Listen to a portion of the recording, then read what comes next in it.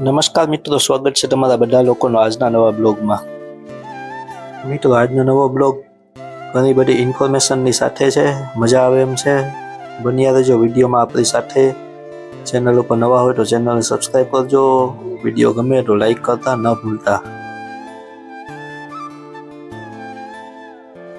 મિત્રો, હું આવી ગયો છું એક બકરાના ફાર્મ ઉપર, અને બકરાના ફાર્મ ઉપર આપણે જે બકરાનો ફાર્મ સંભાળે છે એમની મુલાકાત કરી, એની સાથે વાતચીત કરશું કેવી રીતના બકરાને મેન્ટેન કરે છે. બન્યા રહેજો, આજના વિડીયોમાં મજા આવે એમ છે. હા, શું કહો, મજામાં ભાઈ? બસ શાંતિ. હવે સૌથી પહેલા તો તમારી પાસે મારે ઈ જાણવું છે કે તમારી પાસે બકરા કેટલા છે? ખાલી બકરા તો 6-8 છે ને બાકી બકરી છે. મતલબ આખા તમારે આખા લાટ બચ્ચા ને બધું થઈને કેટલું? આખું બચ્ચા ને બધું થઈને 130 જેવા છે. એમ તમને કેટલાક સમયનો આ એક્સપિરિયન્સ આ બકરા તમે રાખ્યા છે? કેટલાક સમયથી રાખ્યા છે? એમ અને લગભગ 8-9 વર્ષ થયા. એમ 8-9 વર્ષ. હવે તમે બકરાને સમજણ તો અત્યારે આ જંગલમાંથી ચરાવીને લઈ આવ્યા છો, તો તમે સવારે કેટલા વાગે નીકળો છો અને લઈને બકરાઓને? અમે સવારે 9, 9:30, 10 વાગે નીકળી. 9, 10 વાગે. ઓકે. તો સાંજ સુધી મતલબ તમે જંગલમાં રખડતા હોય? આખો દી જંગલમાં જ હોય. તો શું છે આમાં તમારે જમવાનું, તમારું પાણી પીવાનું ને પછી XYZ બીજું બધું તમે શું કેવી રીતના મેનેજ કરો આ બધું? ના, એ જમવાનું નથી, પાણી પીવાનું ને ભેગું જ હોય આખો દી. ચાનું ભેગું હોય. બરોબર છે. તો મતલબ કે તમે ગમે એ જગ્યાએ બેસી અને નિરાતે ચા બનાવી લ્યો? હા, નિરાતે ચા પી લઈ, જમી લઈ. તો હવે આ આટલા બધા બકરા છે, તો આને તમે મેનેજ કેવી રીતના કરો? મેનેજ મતલબ કે સમજી લ્યો કે સવારે તમે લઈને ગયા બકરા, મારી પાસે 100 ને તમે જેટલા કીધા એ બકરા છે, 100 ને માથે. બરોબર છે. હવે તમે સાંજે પાછા આવો, અત્યારે તમે આવી ગયા છો, તો હવે તમને રિટર્ન આવ્યા તો રસ્તામાંથી એવી રીતના કેમ ખબર હોય કે આમાંથી એકેય બકરું ઓછું નથી થયું કે નથી ગયા? એ કેવી રીતના તમે સેટિંગ? પાછું સમજી લ્યો, આમાં ટાઈમિંગ હોય ને એટલે આમાં ધ્યાન ના જો. સમજી લ્યો, અમુક ના કાન કોઈ નોખા કાપલ છે, અમુક મોટા કાન વાળી છે, અમુક ઝીણા કાન વાળી છે. એટલે એમ ટાર્ગેટ હોય, આજે આગળની બકરી નથી ટૂંકા કાન વાળી, ઘાવ કદાચ કાળી હોય, અમુક ધોળી હોય, અમુક લાલ હોય. તો સાંજે તમે આવીને સાંજે આવીને ખબર પડે ભાઈ. આખા દીમાં સાંજે આવીને તમે ગણી લ્યો કે ખાલી અંદાજે તમને ખબર? ના, ખાલી અંદાજે માલ લ્યો, નજર જ ખાલી એમાં જોઈ લે આ બકરી નથી. બરોબર છે. હવે સમજી લ્યો કે તમે ગયા સવારે લઈને, તમારી હારે બીજા વાઘવાળા તમને ભેગા થઈ ગયા, બરોબર છે? બીજા વાઘવાળા ભેગા થઈ જાય, હવે તમારા ને એના બકરા ને ઘેટા ના બધું ભેગું થઈ ગયું, તો તમને એમાંથી કેમ ખબર પડે કે આ મારા છે ને આ ઓલાના છે? ના, ઈ તો વળી જાય પૂરા નોખા જ વળી જાય. મતલબ કે એને એટલી આમ એક્સપિરિયન્સ, મતલબ કે એને એટલી પ્રેક્ટિસ હોય કે જવાનું છે એ જગ્યાએ પોતે નોખાઈની રીતના હાલવા. અમે જો કદાચ બરકીનામાં બકરા ને એટલે હાલ્યા આવે. બરોબર. એટલે ઈ એની પછી ભાષા અલગ હોય ને અમારી ભાષા અલગ હોય. પછી તમે ઘણી બધી જગ્યાએ એવી જગ્યાએ જતા હશો, માની લ્યો સામે આ મને દેખાય છે ડુંગર છે, બરોબર છે?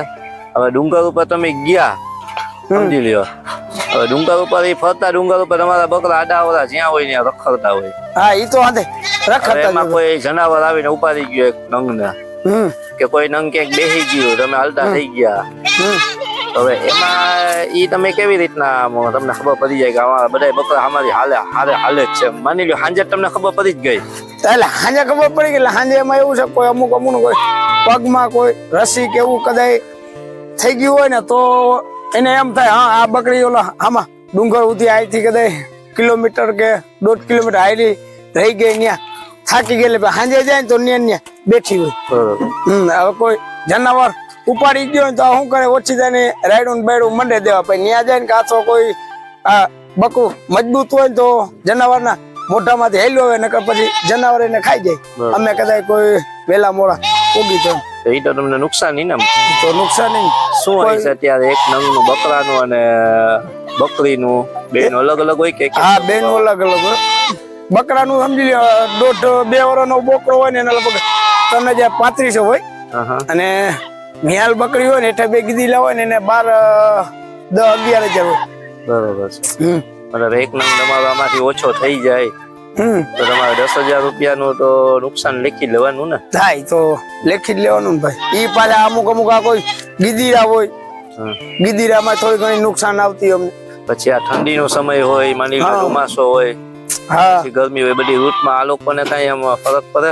હા, માલમાં કઈ ફરક તો પડે ને. આ જો 2-3 થી ગરમી ને એવું હોય ને એટલે એના શરીરની માલિકો શેડો ને તાવ આવી જાય ને એના માટે પછી તમે શું કરો? એની માથે પછી મેડિકલ માં જઈને દવાની લેતા આવી. ઇન્જેક્શન મારવાની આવે, પાવાની આવે. બરોબર.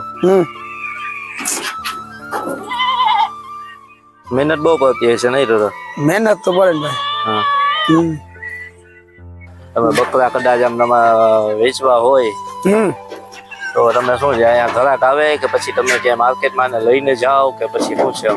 ના, માર્કેટમાં તને લઈ જવાના ન હોય, અહીંયા આવે ગ્રાહક. કાલાવડ છે, જામનગર છે, બાજુ ના આવે. બરોબર. અત્યારે મિત્રો બધા બકરા પુરાઈ ગયા છે, તમે જોઈ રહ્યા છો. સાંજનો ટાઈમ છે. પછી આમાં નસલ શું હોય બકરાઓની, કેવી રીતના બધા તમારે એક જ સરખા છે કે બધાની નસલ અલગ અલગ હોય છે? ના, નસલ અલગ હોય. અમુક હોય બગડા, અમુક હોય આવો કારા હોય, અમુક આવો પીળા હોય, અમુક આવો સફેદ હોય. તો ઠીક છે, તમે ટાઈમ તમારો કિંમતી સમય આપ્યો છે મને, એના માટે ખૂબ ધન્યવાદ, મારો આભાર.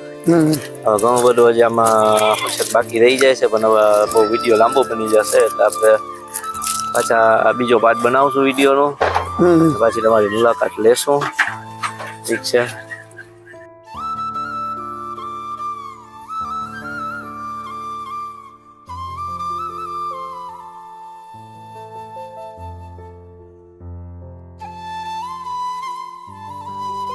તમારા બકરા બાપુ આખા જંગલમાં બધી જગ્યાએ રખડતા હોય? હા, બધા રખડતા હોય. તમે ક્યાં બેઠા હોય, તમારા બકરા ક્યાં હોય? અહીં તો બેઠા હોય તો એના માટે શું કરો તમે? વામ કરી એટલે આવતા રહીએ પાછા. વામ કરીને એટલે આવતા રહીએ પાછા. મતલબ કે ઈ શું, કેવી રીતના હાકલ પાડવી પડે?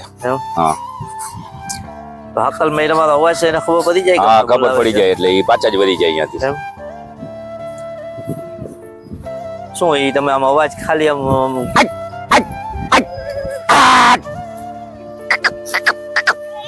અમે જવાબ દઈએ અમે અહીં જ છીએ. બાપુ આમાંથી બધા નોખા પાડવા હોય તો પછી એના માટે શું રસ્તો હોય તમારી? રસ્તો હોય તો પછી વાડે જાય એટલે હવાના વાડે નોખા પડી જાય. કોઈ ઝીણા લવારા હોય એને આડું ઉભું રહેવું પડે, બાકી તો આવતા રહીએ બધા.